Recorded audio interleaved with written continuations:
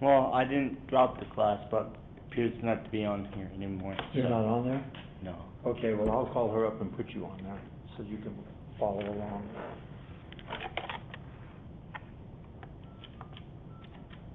I doubt there's anybody in there right now, it's 3 minutes still, but I'll get you on there.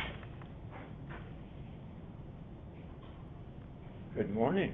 Am I shocked? I slandered both of you. I said I didn't think either one of you would show up. I'm hurt. Wow. I'll fix that one for you within an hour. It'll be fixed. Did you guys have trouble, shouldn't ask this. Did any of you have trouble trying to open documents in your Yeah. notes? Yes. Okay. I have them packaged, and I can send them to you in emails. I don't know what's going on with Blackboard. No, yeah, I had trouble with I that. think we need to fire the guy in charge of our computer systems anyway, but that's just a small personal thing. Well, the last time I did something like that, I recommended we fire a guy. They gave me his job. That was the ultimate revenge. Because it's a terrible job. He wasn't doing it. I seriously doubt we're going to see anyone out there. Do you think we'll see anyone out there? No. We're being recorded right now. None of the high schools are in High session. schools have a full week off. You are? High schools have a Yeah. full week off. So, My little brother, he doesn't have school today, so lucky him. well, No monitoring. I have to live in it till the bitter end. Do we have to be here Wednesday? Nope. No, there's no class. Okay. Oh my God, I'm not being here. Thought I might ask. Nope. Thought I might ask. Those are questions you probably shouldn't ask. Just Yeah, I'm not sure. make your assumption and don't show up. Better ask for forgiveness and permission. I think I'll tell my 4 o'clock class that, but this was changed the holiday schedule. You know, 4 o'clock class before Thanksgiving. Yeah. Roll off. That's rough.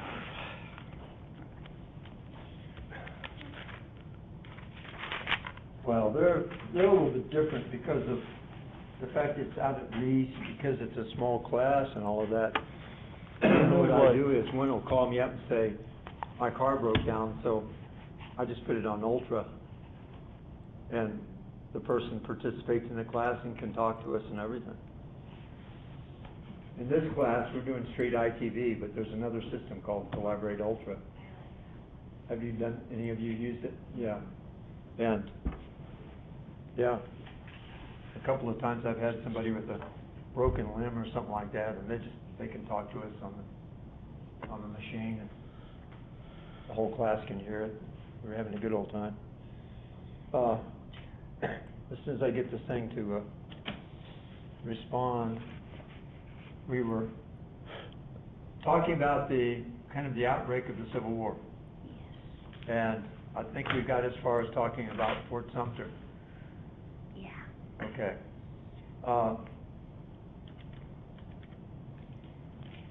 There's a lot of different versions of a lot of things there, and it gets confusing. And it's probably not essential for you to even know, except to know that before Fort Sumter, 7 states had already seceded. After Fort Sumter, Abraham Lincoln's going to call for quick enlistment of 42,000 men for a 3-month enlistment, hoping that he can end this whole thing really quickly. That's not going to work out, and he's going to figure that out within weeks, and he's going to call for 72,000 more, and it will continue to grow, and we'll start getting, the Union Army will start collecting soldiers from militia of the different states, and so will the Southern Army. Did we talk about advantages and disadvantages of both sides a little bit? basically you could predict that the North was gonna win from the first day on. The South did have one strong advantage that they had more West Point graduates than the North did.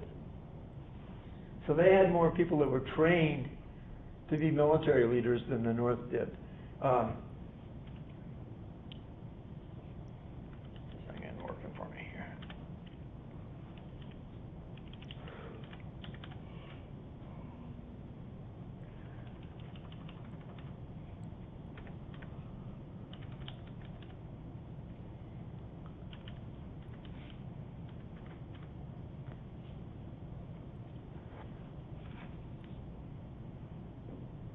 So basically what I did, by the way, for I think Unit 8 and Unit 9 readings, I've got them crammed together in one document. And and I'll get you the URL. I'll send the URL out, but if you want to look at the lectures, I've got them on the cloud, and I'll give you the URL so you can get into them and look at them. Until we figure out what's going wrong with Blackboard. I'm going to have to spend the better part of this morning doing that for all the classes. What's really irritating to me is we can't figure out why, and some people have the problem and some people don't. And I don't know whether it has to do with the age of the software on your computer or the Windows or whoever on this end playing around trying to force people to buy new software, which they do from time to time. In fact, my computer tech told me don't buy the new software yet. Don't buy the 11th stuff because it's totally controlled from now on. You don't buy it anymore, you borrow it. And I don't like that. So you have to keep paying them over and over again.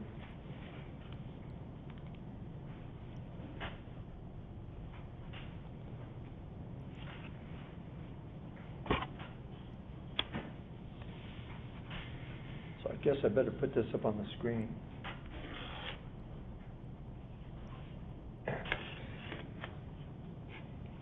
And when I record this, of course, you guys know where to find the recordings, right?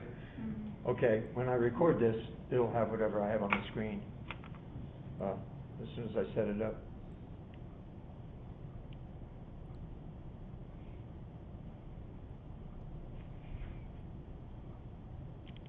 So I'm going to use a PowerPoint just called Civil War. It's a long one. One of the problems I couldn't just send this to you as emails is it won't load on emails because they're too long. They take too much space. And emails have a restriction.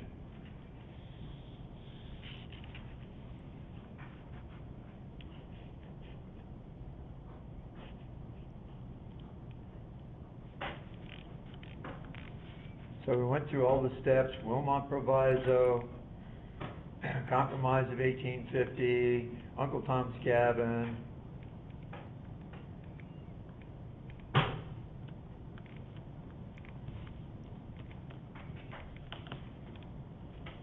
Kansas-Nebraska Act,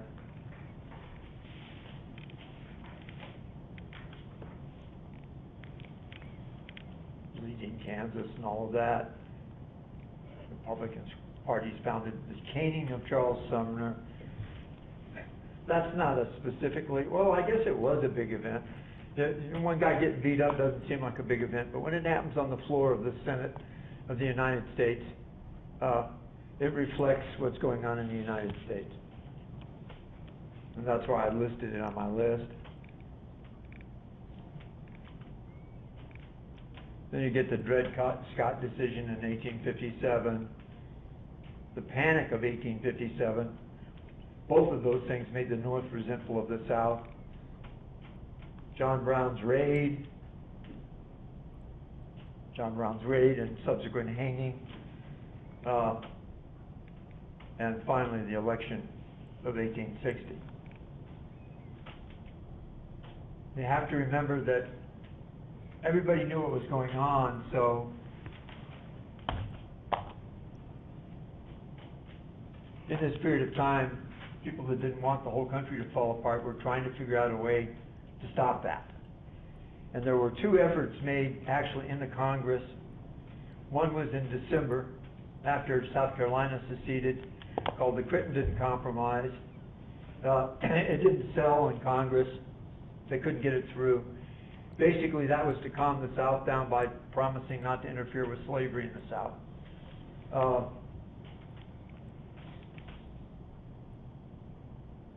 After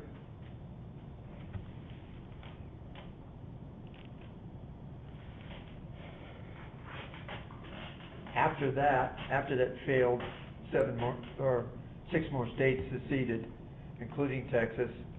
That's where we talked about advantages and disadvantages and some vocabulary. Let me put that up for you. The two names in the South that, as far as political, were Jefferson Davis, the president. Used to be the United States Secretary of War during the Mexican-American War. Alexander Stephens, who would later become governor of Georgia.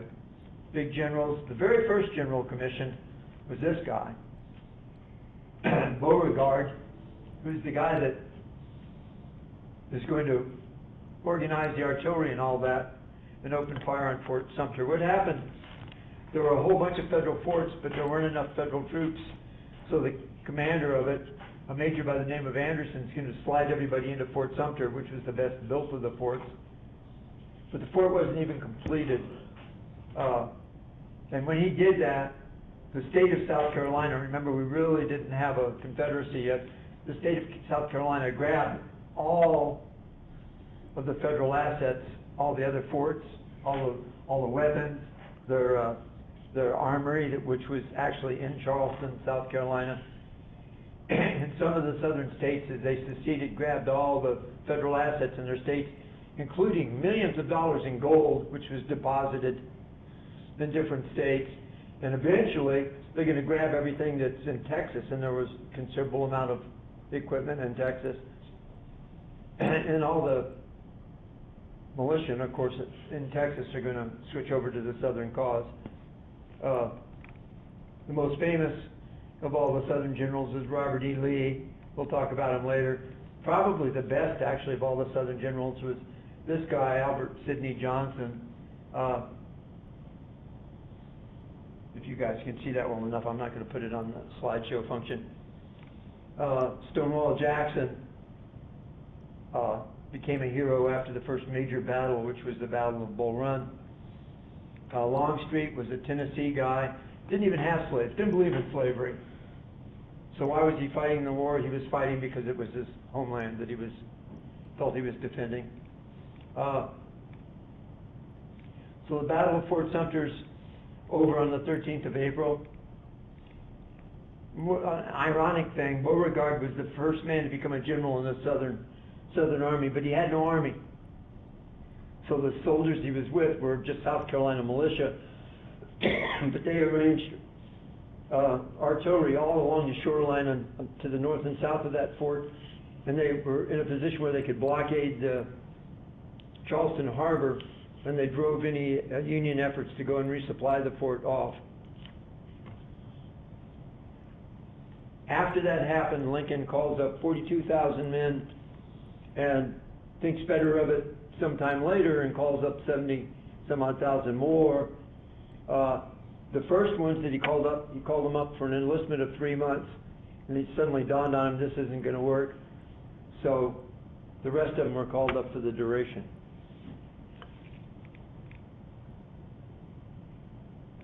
We talked about Southern and Northern advantages. This is the man, Winfield Scott. He's still there. He hasn't died yet. They call him Old Fuss and Feathers at this stage of the game. Couldn't get around very well. But he comes up with the Northern strategy. I don't know if we talked about the Northern strategy yet or not, did we? Okay, let's talk about both. The South had a strategy, the North had a strategy. This particular slide that I have here is how I divide the war up when I talk about it. The Eastern Theater of War was basically all fought in Virginia. until the last days of the war. The western part is basically all fought along the Mississippi and the tributaries to the Mississippi. A lot of the armies, the Union armies, were named after the river valleys they were in, like the Army of Tennessee, and finally the Army of the Mississippi when it got big. Now, remember we said that the North had the advantage. See if I can. The North had the advantages, probably one of the biggest advantages, aside from money and weapons, they had a navy. And the Northern strategy is formulated by Winfield Scott, and basically it's 4 points to it. Blockade the South with the Navy, then get control of the Mississippi with the Navy, and then subdivide the South and take the Southern capital. At first the Southern capital was in Montgomery, Alabama, but as soon as Virginia and North Carolina seceded, they're going to move it up to Richmond.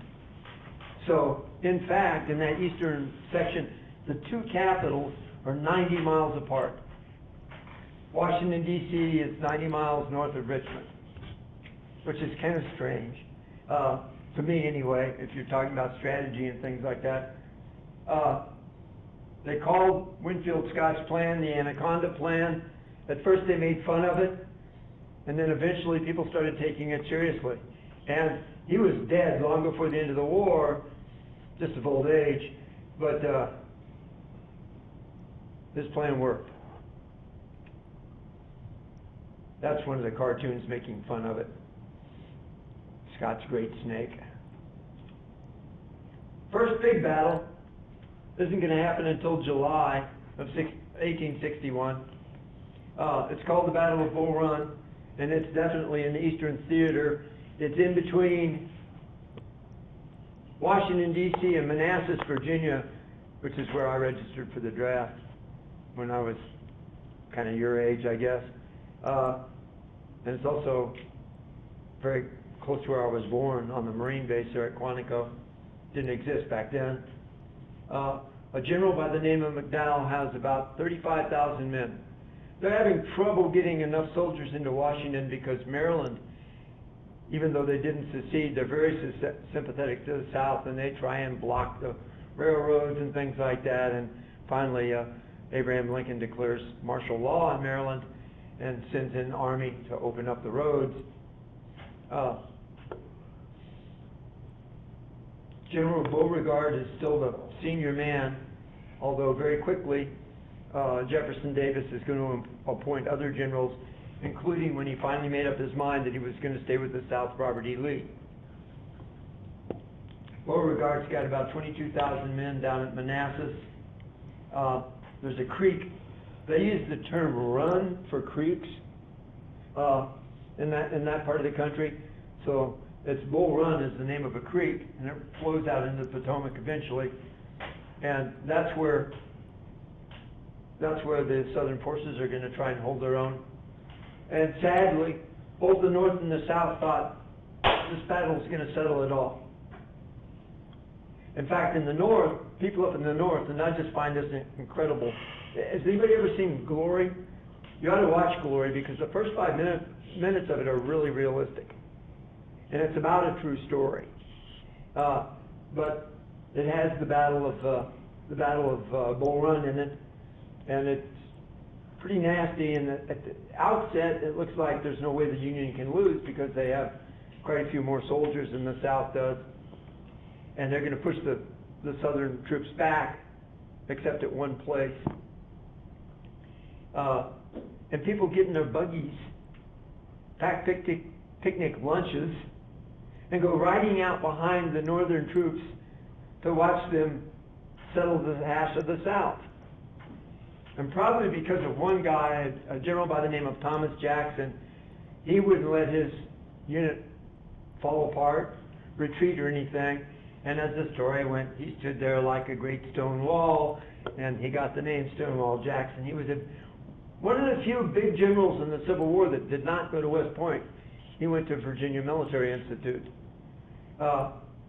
And even with all the statues that are being torn down these days, his statue's still in front of VMI.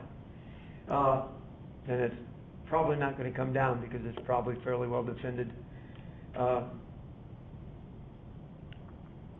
we won't get into, southern generals and northern generals.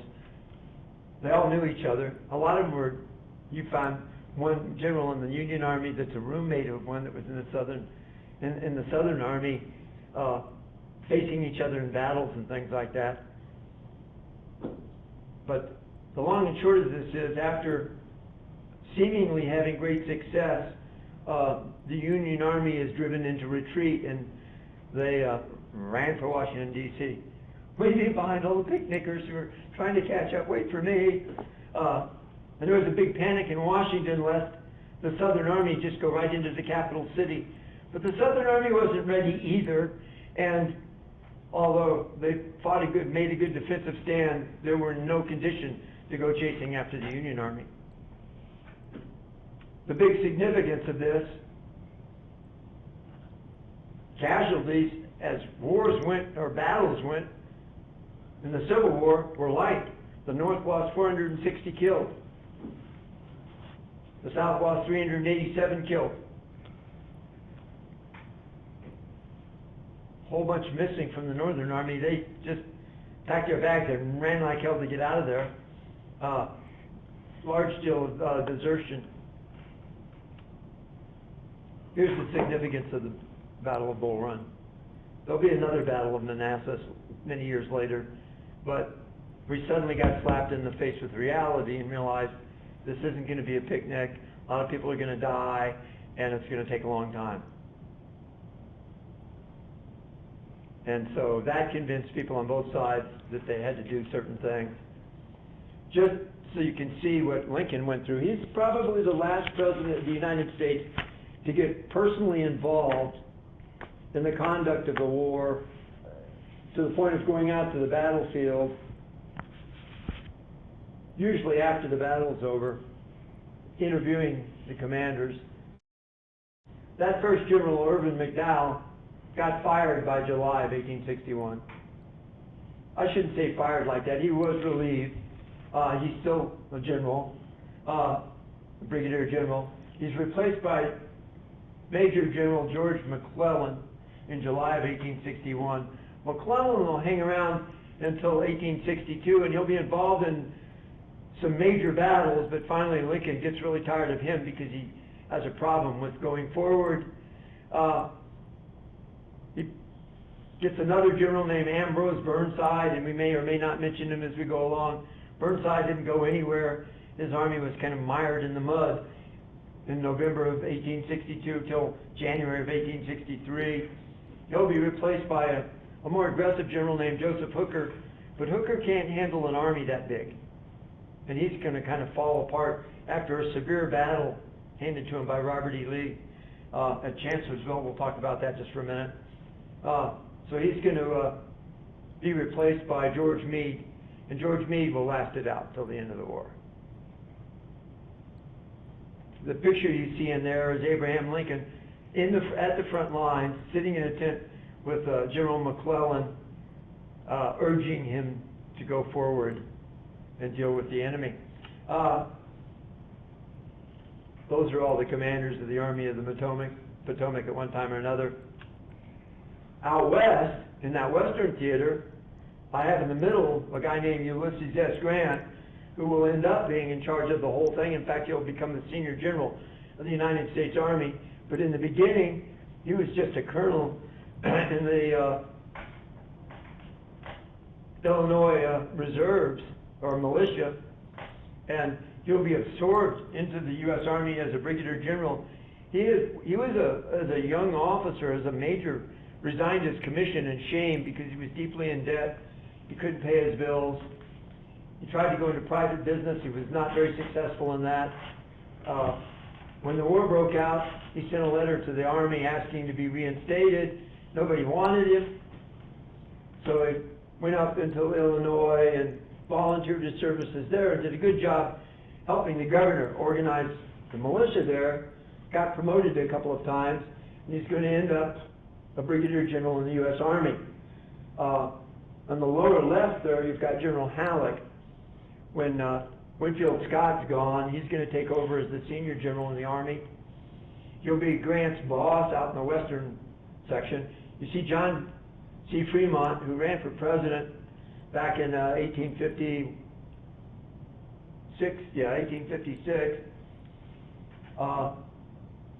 he's going to kind of get in a fight with Lincoln because he thinks he's superior to Lincoln, and Lincoln's going to fire him. William Tecumseh Sherman will be Grant's most important subordinate, and Philip Sheridan will eventually become the commander of all the Union cavalry, and he will also be one of Grant's most important generals. Rosecrans did well for a while, and then he kind of fell apart. You have to understand the strain on these commanders. They didn't have all the modern things that we have now. They were running armies of over 30,000 men and just kind of learning as they went along. And so a lot of them did well at the beginning and started falling apart after a while on just sheer fatigue. By the way, William Tecumseh Sherman was the superintendent of something called the Louisiana State Seminary, which became LSU later on. He was not a Southerner, and he told his Southern friends before he gave up that job and went back on active duty with the Army, "You guys just don't understand. They're going to grind you down. The North can make a steam engine, locomotive, or a railway car. Hardly a yard of cloth or a pair of shoes can you make. You're rushing into war with one of the most powerful, ingeniously mechanical, and determined people on earth, right at your doors. You're bound to fail." He's telling them, don't do it.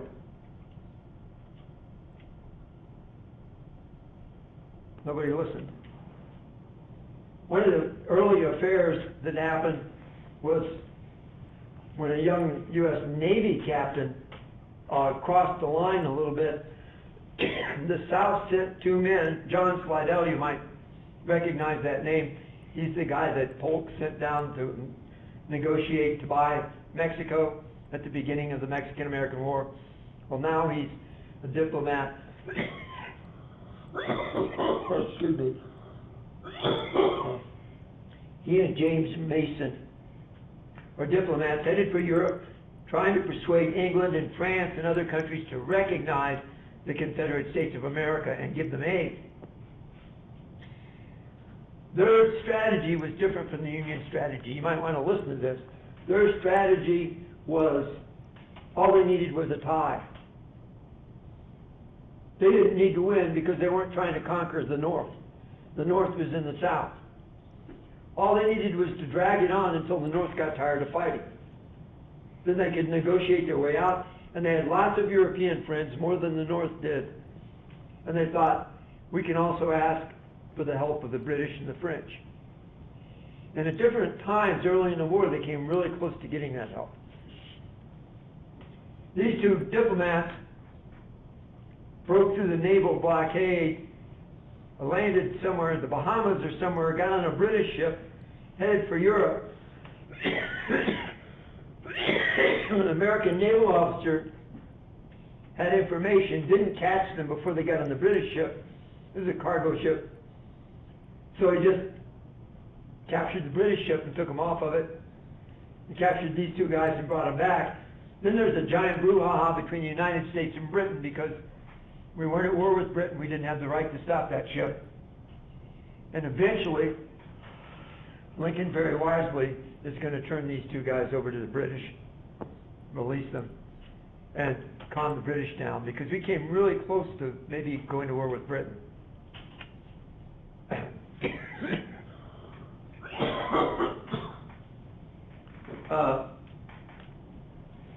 Early in 1862, we're going to do a couple of interesting things. First of all, with the exception of Charleston, the Union's going to either occupy or blockade all of the harbors that the South has. And the South realizes if they don't break this blockade, they're in deep trouble because they won't be able to buy supplies or anything. They take a ship they've rebuilt. They attacked the Union Navy base at Norfolk, Virginia, and it was evacuated. And the soldiers and sailors there moved north of of the line between the North and South, and they destroyed the ships they couldn't take with them. One ship was burned to the water line. It was called the Merrimack, but the bottom half of the Merrimack was still floating. And the South grabbed this ship's hulk, trimmed it up, repaired it, and put a metal roof on it. And they made the ship they called the Confederate States ship, Virginia. It was the Merrimack, and people kept calling it the Merrimack anyway. They're going to sail out. Now, it's a weird-looking ship. Let me get you a picture of one. That's an actual photograph. It's not the Merrimack, but it's the Atlanta, and it's almost identical to the Merrimack. That's what it looked like. Most of it was under the water. The part under the water was still wood. The part on top was iron.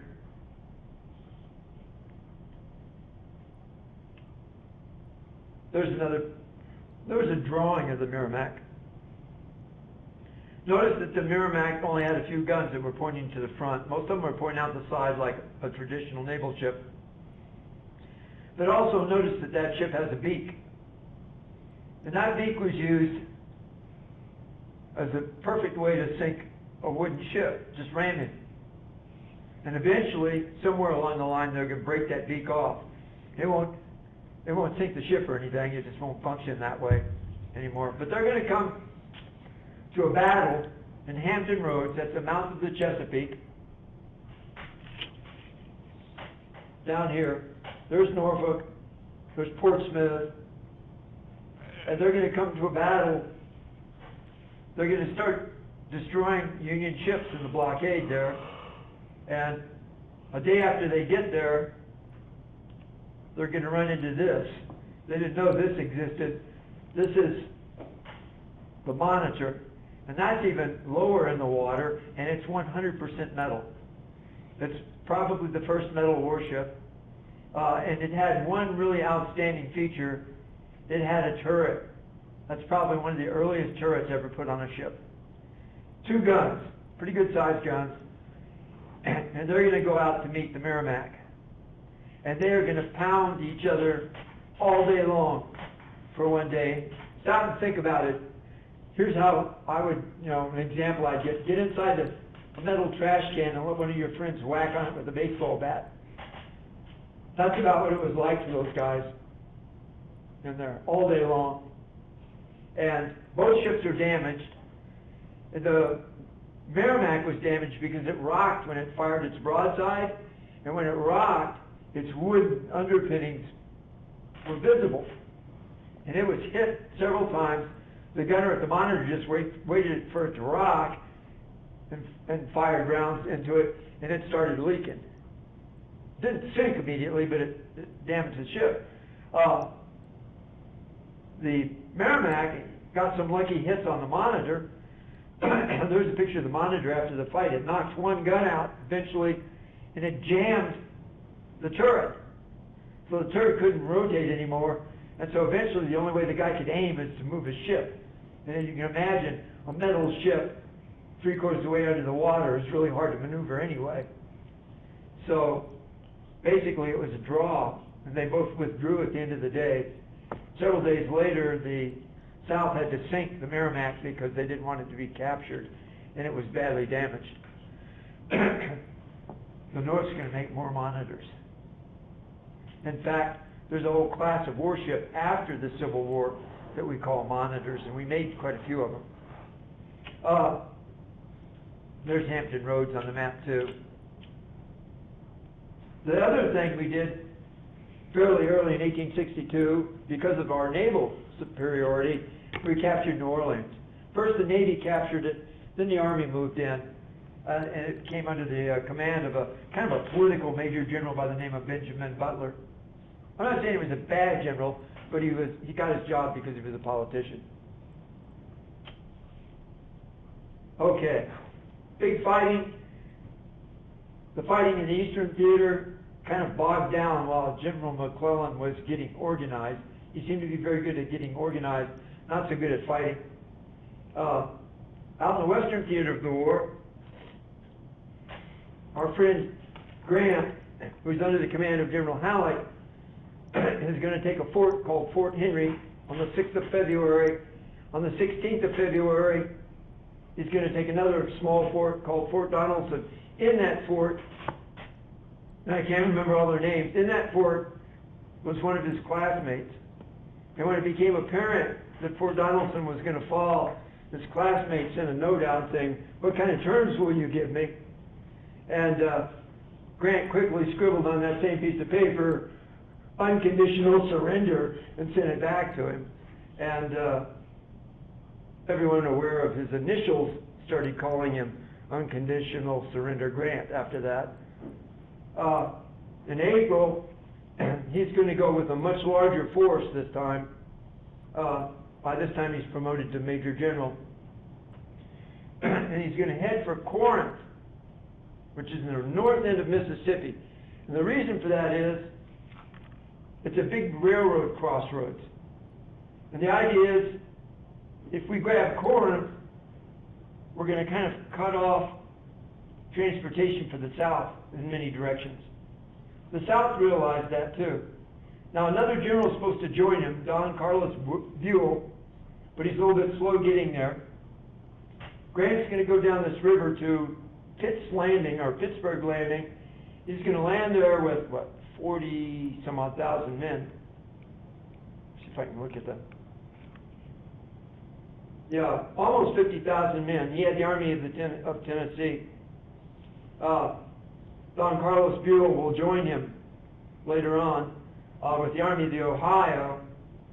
That'll be almost 20,000 more men, but that'll be the day after the first battle. On the first day, Albert Sidney Johnson advances, trying to get him before he's kind of set on ground, while they're still getting off the ships and all that. He's going to attack. Unfortunately for Grant, a lot of the people that were subordinate to him didn't like following orders from him because they all knew his history. He was a failed Army officer before, and he wasn't even in the Army, and were better than him. So they didn't listen a lot when he gave orders at first, except for William Tecumseh Sherman. And they got battered really badly. In fact, almost pushed back into the Tennessee River. They got a little bit lucky as the sun went down because there was a road parallel to their position, and it was a sunken road, so they could use it as a rampart. And the Confederate troops kind of came to a stop when the sun went down. And then they had a giant disaster. General Albert Sidney Johnson was checking the lines, trying to get the lines all organized so he could recommence the attack in the morning, and he was shot. We don't even know if he was shot by one of his men by accident or what. There were several other people shot and wounded, and people asked him, "Are you all right?" And he said, "I'm fine, take care of the wounded." And about 60 seconds later, he fell off his horse dead. He'd been wounded in the pulmonary artery, and he just bled out. His second in command was General Beauregard, but General Beauregard was way to the rear, and he couldn't really find his way to the front at night. So he sends word to all of the Confederate troops, "Get ready, we're going to launch an attack as soon as the sun comes up, and we'll drive them the rest of the way into the Tennessee River." On the other side of things, the line was somewhat stabilized, and Sherman went to Grant and said, "That wasn't a good day." And Grant just lit a stogie and looked at him and said, "Never mind, we'll win this tomorrow." He was very phlegmatic. He didn't get excited or anything. And in fact, they won it the next day. Now, so many people were killed in this battle. This was the most deadly battle fought in the war to that point. What are the numbers killed here? The Union lost 1,754 men killed. The South lost 1,728 killed. About the same number of wounded. The North lost a lot more captured or missing. A lot of people wanted Grant to be fired. Halleck wanted to fire him. Halleck did a sneaky thing. He promoted Grant to a higher level in the command chain, but he didn't have any troops under him anymore. They were screaming for Grant's scalp in Washington and places like that. But Abraham Lincoln had been following the war in detail in the eastern segment and out west, and he said, I'm not letting you fire this man because he fights. I need him. And Lincoln saved him from being totally relieved of all command. And the funny thing was, he was the deputy to Halleck with nothing to do, like some deputies are. And so what Lincoln did was he promoted Halleck. So Halleck's gone, and now Grant's in charge of everything, and he's going to start the campaign down the Mississippi River, and his army will now be called the Army of Mississippi. And the fact of the matter is that the South lost Corinth and lost that railhead and all of that, and had to withdraw to the South. People were hustling the president. Why haven't you freed the slaves yet? What's your policy? I mean, why aren't you doing anything about this? And basically Lincoln came back, he wrote a note to him. He said, it's a policy I, quote, seem to be pursuing. That's what he was quoting the newspaper article. As you say, I have not meant to leave anyone in doubt. I would save the Union. I would save it the shortest way under the Constitution. The sooner national authority can be restored, the nearer the Union will be the Union as it was. Remember that. That's his primary announced objective. It's funny because the general consensus amongst historians is that the people in the South recognize this as a war about slavery, and the people in the North thought of it as a war to stop all the secession and all of that. But eventually, as the war goes on, it's going to be clear to both sides what this war is about. Lincoln's real reason for not emancipating slaves or doing something like that is he thought it would be rather silly. I mean, you could say the Battle of Shiloh was kind of a tie. And we still had 4 states which had not seceded from the Union who were slave states: Missouri, Kentucky, Maryland, and Delaware. And he really, really didn't need, especially Missouri and Kentucky, he didn't need those states to secede from the Union. A lot of them refused to provide militia to fight against the South initially. But when the Southern Army moved north to try and block the Union Army, that also ticked them off, so Kentucky said, oh no, we're part of the Union, and started fighting on the Union side clearly. Missouri was a little bit more doubtful, and Missouri became a Union state, but there were large guerrilla units in Missouri that were fighting for the South throughout most of the war. But Lincoln didn't want all these states to join the other side. He couldn't afford it. Until September of 1862, the South's looking, remember, all they want is the North to lose the political will to fight. But by this time, General Robert E. Lee is in command of the army that we call the Army of Northern Virginia. And he is going to try an end around. He's going to try and go past Washington, D.C., to scare the you-know-what out of the people in Washington, D.C., and try and go as far north as he can go to upset the people in the towns like Philadelphia and New York. And I don't know if he would have ever been successful. Obviously, he couldn't outnumber the North. But the North had to kind of follow him around there to shield Washington, D.C. And he's going to get all the way up into Maryland, near a little town called Sharpsburg. There was a creek there called Antietam Creek. And he had some bad luck. One of his men's carrying a big map with the placement of all of his units and his battle plans, and he loses it. And a Union Army officer gets hold of it, takes it back to his commander, George McClellan, and says, we have them where we want them. Now we know exactly where they are. Let's attack. And McClellan hems and haws, as he always did. I got to get organized. And finally, his men practically rebel, and they attack. And the battle was really a strategic victory. It's a tactical draw. What do I mean? As far as the war is concerned, it's a victory. As far as the battle went, the North actually lost more soldiers. But General Lee had to retreat back into the South because his supply line was too long and he couldn't defend it. The North lost 2,000 more soldiers. Now we're talking about deadly battles. I think this is the deadliest two-day battle in the war. 22,000, almost 23,000 men were killed in this battle.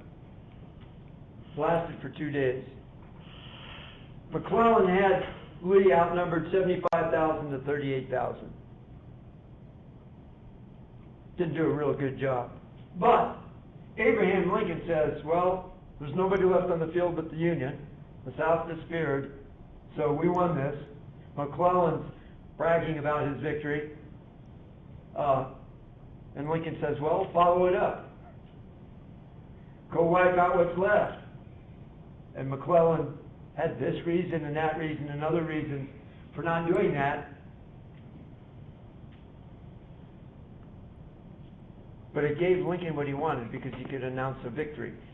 Able to announce the victory of this massive battle gave him the opportunity, he thought, where he could announce the emancipation of the slaves.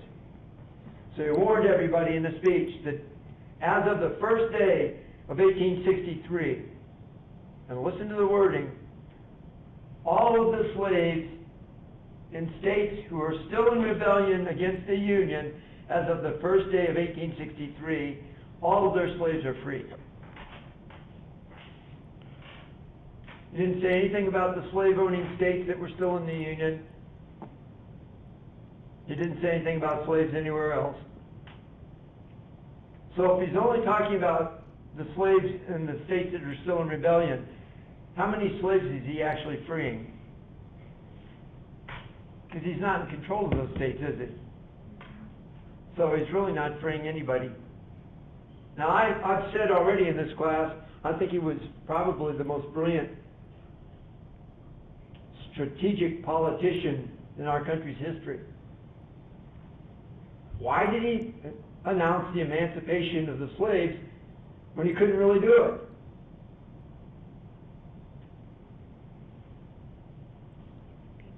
Any thought? One of them was to shut up the critics who were complaining that he hadn't done it. That was actually probably a minor reason. One of them was to try and sow confusion in the South. But there was a much more important thing. If you think about the Southern strategy, and everybody understood what it was, part of that was getting help from England and France. And when he read this Emancipation Proclamation, when he read the speech, he was announcing to the world, this war is about slavery. Why is that important?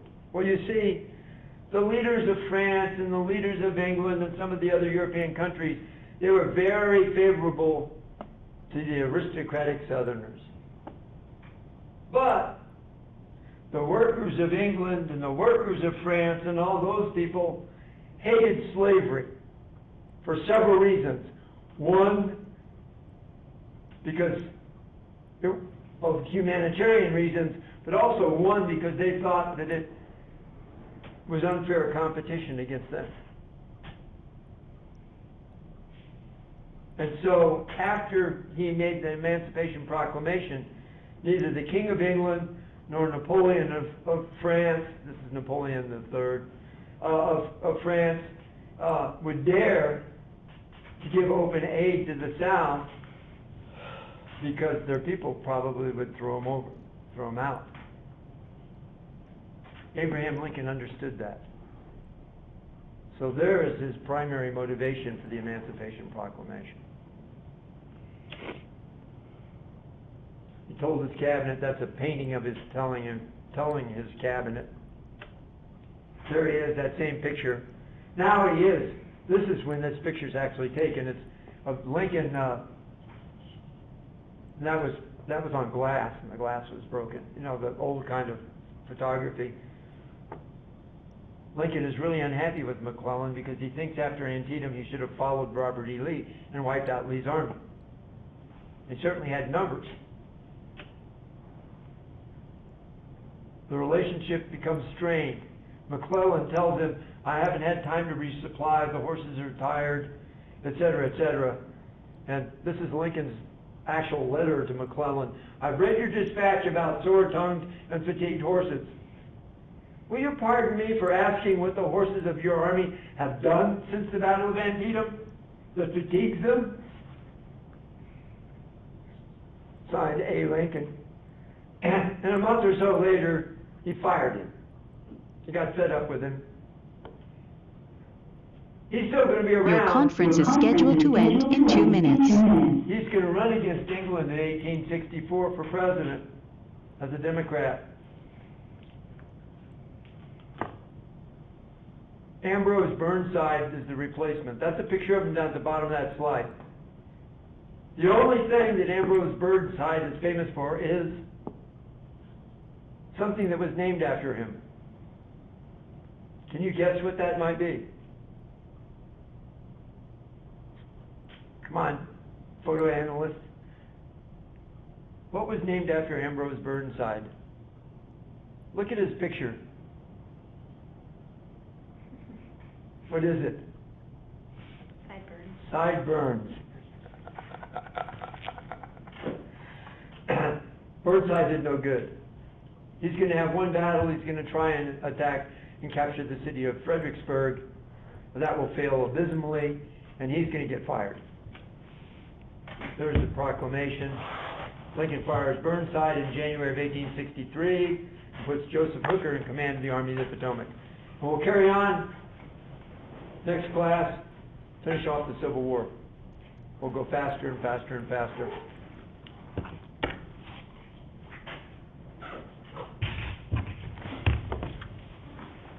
It doesn't seem as though the recorder's on anymore. Maybe she turned it off. That's all right, because I'm going to do the same class at 10 o'clock, and I'll record it on Collaborate Ultra.